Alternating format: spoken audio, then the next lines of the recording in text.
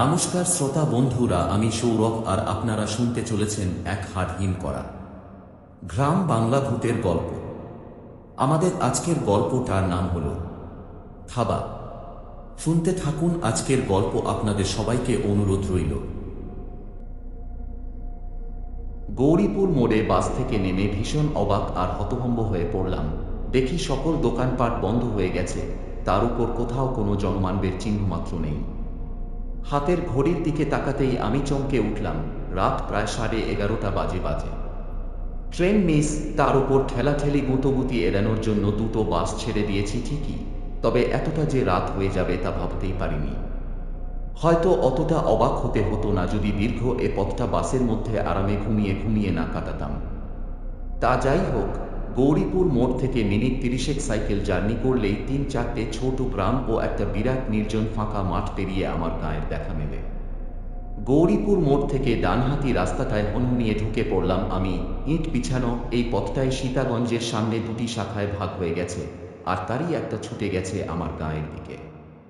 ডানহাতি রাস্তাটা ধরে কিছুটা হাঁটার পর বাঁপাশে এক ছোট্ট বাড়ির বন্ধ দরজার সামনে দাঁড়িয়ে পড়লাম। লোহার টিন বাঁধা সে দরজা, দরজার ওপরের দেওয়ালে বাংলায় মোটা মোটা অক্ষরে লেখা, সাইকেল জমা রাখা হয়। এটা বুড়ো পরেশ সেনের বাড়ি। যারা কাজকর্ম, লেখাপড়া ইত্যাদির তাগিদে গাঁ ছেড়ে শহরের দিকে যায়, তারা প্রায় সকলেই এখানে তাদের সাইকেল আর মোটর সাইকেলগুলো জমা রেখে যায়। ভাড়া খুবই কম, সাইকেল প্রতি 5 টাকা আর মোটর সাইকেল 10 টাকা। বাড়ির টিনের দরজায় কয়েকবার সজোরে আঙুলের টোকা দিলাম, কিন্তু কোনো সাড়া মিলল না। শীতের ঠান্ডা হাওয়া দাঁতে দাঁতে কাঁপুনি ধরাচ্ছিল। মাথার মাফলারটা তাই আরও শক্ত ও কায়দা করে বেঁধে নিলাম। হাতের তালু দুটো ঘষতে ঘষতে ডাক দিলাম, কাকু, দরজাটা খুলুন, সাইকেলটা নেন। তারপর আরও কয়েকবার আঙুলের টোকা দিলাম, তাও কোনো কাজ হলো না। খুড়তুতো এক দাদাকে ফোন করার জন্য পকেট থেকে মোবাইলটা বের করে দেখি বেচারি খিদে পেটে কেঁদে কেঁদে কখন ঘুমিয়ে পড়েছে। এক বিরক্তিসূচক শব্দ করে দরজার দিকে ফিরে দাঁড়ালাম। দেখলাম ওপারে একটা কুঁজো কালো মূর্তি অন্ধকার ঠেলে দরজার দিকে এগিয়ে আসছে।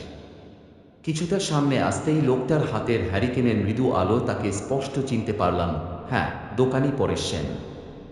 এতক্ষণে আশ্বস্ত হলাম, মনের অনেক দুশ্চিন্তা দূর হলো, মাথাটাও খানিক হালকা হলো।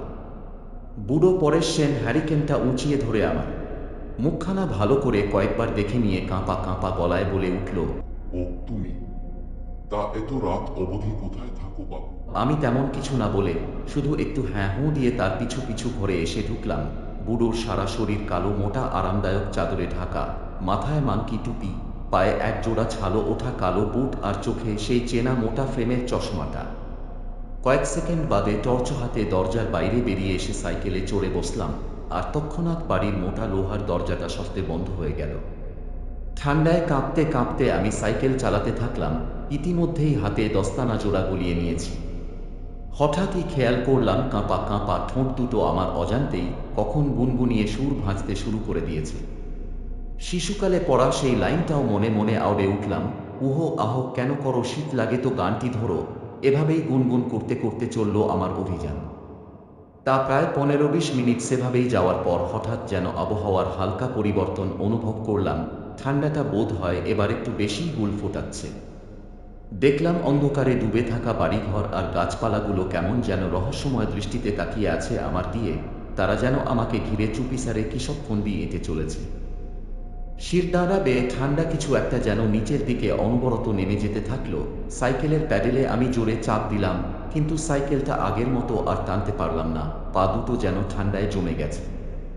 মনে হলো সাইকেলের পেছনে কেউ যেন হিমালয় পর্বতটাকে বেঁধে দিয়ে গেছে, আর আমি কেতরে কেতরে সেটাকে টেনে নিয়ে চলেছি। ভয়ে শরীরের ভারসাম্য হারিয়ে ফেললাম। আরও একবার সাইকেলের গতি বাড়ানোর ব্যর্থ চেষ্টা করলাম, আর ঠিক তখনই আমার ঠান্ডা দেহের বাম কাঁধে এক হিমশীতল হাতের থাবা এঁটে বসল। সাথে সাথে আমি বীভৎস এক চিৎকার করে সাইকেল থেকে গড়িয়ে পড়লাম। কাঁধের সেই জায়গাটা এখনো ঠান্ডা হয়ে রয়েছে, তবে থাবাটা যেন সরে গেছে মনে হলো। কয়েক সেকেন্ড বাদে আমি আস্তে আস্তে উঠে দাঁড়ালাম। ঘোর মাতালের মতো পা দুটো কেঁপে চলেছে, আর গলাটা যেন শুকিয়ে কাঠ হয়ে গেল। 2-3 বার ঢোক গিলে টিমটিমে টর্চের আলোয় চারপাশটাকে দেখলাম। তারপর ভয়ার্ত কাঁদো কাঁদো গলায় চেঁচিয়ে উঠলাম, কে তুমি? কি চাও? গলার আওয়াজ তো দূরের কথা, ছোটখাটো কোনো শব্দও কানে এসে পৌঁছালো না। আমি সাইকেলটা দুহাতে চেপে ধরে আবারও একবার চিৎকার করলাম, কে তুমি, কি চাও আমার কাছে? কয়েক সেকেন্ড কোনো সাড়া নেই। তারপর হঠাৎই একসময় অমাবস্যার ঘন কালো অন্ধকার ফুঁড়ে ঠিক আমার কানের সামনে অশরীরীটা মৃদু ফাঁপা আর ভয়ানক ভাঙা ভাঙা স্বরে বলে উঠল, আমি কে, কি হবে তা জেনে?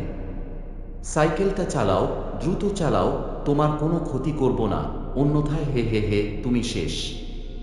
শব্দের সাথে বেরোনো তার মুখের ঠান্ডা বাতাস আমার এক কান দিয়ে ঢুকে অন্য কান ফুঁড়ে বেরিয়ে গেল, আর বীভৎস এক দুর্গন্ধে সারা গা গুলিয়ে উঠল। আমি মুখ বুজে প্রথমে সাইকেলে চড়ে বসলাম, তারপর প্যাডেল করতে আরম্ভ করলাম। এবারেও সেই একই কাণ্ড, সাইকেল টানতে গিয়েও টানতে পারলাম না, কোনো রকম গড়িয়ে চলল যা। হঠাৎই আমার বাম কাঁধে ঠিক সেই জায়গায় আর পেটের ডান দিকে আবারও তীব্র ঠান্ডা থাবার উপস্থিতি অনুভব করলাম। অশরীরীটা আমাকে দুহাতে চেপে ধরেছে। দেহের ওই দুই স্থানের মাংসপেশি যেন জমে বরফ হয়ে গেল। এবার দেখলাম সাইকেলটা সজোরে ছুটছে। বুঝতে পারলাম না কোন দিকে ছুটে চলেছি আমরা। সাইকেলটা থামানোর জন্য সজোরে ব্রেক কষলাম, তবুও থামাতে পারলাম না। গাছপালা ঘরবাড়ি ফুঁড়ে সাইকেল এগিয়ে যেতে থাকলো। একসময় সাইকেলটা তিন মাথা রাস্তার মোড়ে এসে পড়ল। চিনতে পারলাম আমি সেই রাস্তা, এটাই তো সীতাগঞ্জ মোড়। মোড়ের বামহাতি রাস্তাটায় নামলেই আর 10-15 মিনিটের পথ, প্রথমে পড়বে সেই ফাঁকা মাঠ, তারপরই আমার গ্রাম। মনে পড়ল মাঠের মাঝখানের ভৌতিক শ্মশানটার কথা। কত না আজব, কত না ভয়ঙ্কর সব কাণ্ড ছোটবেলা থেকে শুনে এসেছি তাকে ঘিরে। গ্রামের লোকেদের বলতে শুনেছি ওই শ্মশানে গভীর অমাবস্যার রাতে নাকি সারারাত জুড়ে চলে ভূতেদের তাণ্ডব। তারা পথিককে ভুল পথে চালিত করে মজা দেখে আর তাদের থলির ভেতর থাকা খাবার দাবার, ফলমূল সবই আত্মসাৎ করে ফেলে। ঘণ্টা খানেক আগে অবধি আমি স্কল রটনাগুলোকে এতটুকু পাত্তা দিইনি, কিন্তু আজ এই গভীর অমাবস্যার রাতে দাঁড়িয়ে এক বীভৎস নতুন অভিজ্ঞতার শিকার হলাম। ঘটনার টানা আর বিশ্বাস অবিশ্বাসের মাঝের সুদৃঢ় প্রাচীরটা যেন নিমেষেই এক উন্মত্ত সাগরের ঢেউয়ে বরফের মতো গলে গেল। অবশেষে এসে পৌঁছালাম শ্মশানের রাস্তাটায়। বহুদিনের চেনা পথটা আজ যেন অচেনা ঠেকছে। কিছুক্ষণ আগে অবধি চারিদিকটা ছিল ঘন অন্ধকারে ঢাকা, কিন্তু এ পথে পৌঁছে দেখি কোথা থেকে মৃদু মৃদু সব আলো পড়েছে বড় বড় বটসত্ত্ব শাওড়া গাছের চূড়াগুলোতে। কি বীভৎস গা ছমছমে সে আবহাওয়া! কোনো একদল অশরীরী অতিথির অপেক্ষায় শ্মশানটা যেন সেজেগুজে বসে রয়েছে। সাইকেলের কেরিয়ার জুড়ে বিরাজমান অশরীরীটা তখন আর অতটা ভীতির সঞ্চার করছিল না। তার ঠান্ডা হাতের থাবাটাকেও আমার দেহ মানিয়ে উঠেছিল। মনে মনে ভাবলাম, একবার এই মাঠ পেরোতে পারলে বাঁচি। পেছনের অশরীরীটা কোথায় চলেছে, আমার সাথে সাথেই বাড়ি অবধি যাবে নাকি কে জানে। এই স্কল ভাবতে ভাবতেই হঠাৎই এক জোরালো ঠেলা খেয়ে আমি সাইকেল থেকে ছিটকে রাস্তা দিয়ে গড়িয়ে পড়লাম শ্মশানের উল্টো দিকের নিচু মাঠে। মাঠের মাঝে চিত হয়ে পড়েই দেখলাম রাস্তার পাশে ঝুলে থাকা বটের ডালটা ধরে কেউ যেন হুড়মুড় করে গাছে চড়ে বসল। এতক্ষণ সঙ্গে সঙ্গে আসা অশরীরীটাই হবে বোধ হয়। তারপরই হঠাৎ শ্মশানের সমস্ত গাছপালা জুড়ে এক জোরালো আলোড়ন শুরু হলো, সাথে বিকট সব চিৎকার। সহস্র অশরীরীর দাপাদাপিতেই বোধ হয় গাছের ডালগুলো হুড়মুড় করে একসাথে ভেঙে পড়ল। মাঠঘাট সব কাঁপতে শুরু করলো আর ঘাস বিছানো সমতল মাঠটা অজস্র ফাটলে ভরে গেল। পায়ে ভর দিয়ে উঠে দাঁড়ানোর সামর্থ্য ছিল না আমার, তবু বহু কষ্টে কোনোরকম উঠে কাতরাতে কাতরাতে বাড়ি ফিরলাম। মুখ হাত পাটা ভালো করে ধুয়ে নরম বিছানায় শরীরটাকে টান টান করে মিলে দিলাম। সারা দেহে অসহ্য ব্যথা। থার্মোমিটারে দেহের তাপমাত্রা ধরা পড়ল 105 ডিগ্রি ফারেনহাইট। পরদিন সকালে ঘুম থেকে উঠে দেখলাম গায়ে ব্যথার বিন্দুমাত্রও নেই, শরীরের তাপমাত্রাও পুরোপুরি স্বাভাবিক। কালকের ঘটনাটাও আর অতটা দগদগে ঠেকছে না। দেখলাম আমার সাইকেলের কিছু কিছু অংশ বেঁকে গেছে। ইতিমধ্যে মা হাতে ব্যাগটা দিয়ে গেল বাজারে যাওয়ার জন্য। আমিও তৎক্ষণাৎ ব্রাশটা সেরে নিয়ে বাজারে বেরিয়ে পড়লাম। হাটটা বসে সীতাগঞ্জ মোড়ে, সেখানেই চলেছি। সেই একই পথ। কয়েক মিনিট পর শ্মশানের রাস্তাটায় এসে পৌঁছালাম। সাইকেল থামিয়ে শ্মশানটাকে ভালো করে দেখতে লাগলাম, কিন্তু সেখানে অস্বাভাবিক কিছুই খুঁজে পেলাম না। গাছগুলো আগের মতোই ডালপালা ছড়িয়ে দাঁড়িয়ে আছে, আর ঘাস বিছানো মাঠটাও রয়েছে আগেরই মতো সমতল। আমি আর কিছুই ভাবতে পারলাম না, মাথাটা আবার ভার হয়ে আসতে থাকল। শ্মশানটা ছেড়ে আসার সময় দেখি মাঠের গাছপালা, বেঁটে বেঁটে ঘাস আর লোহার চুল্লিটা আমার দিকে ঘাট ফিরে সমানে হেসে চলেছে। বাকি গল্প শুনতে হলে আমাদের চ্যানেলটা সাবস্ক্রাইব করুন এখনই। আশা করি সবাই ভালো থাকবেন।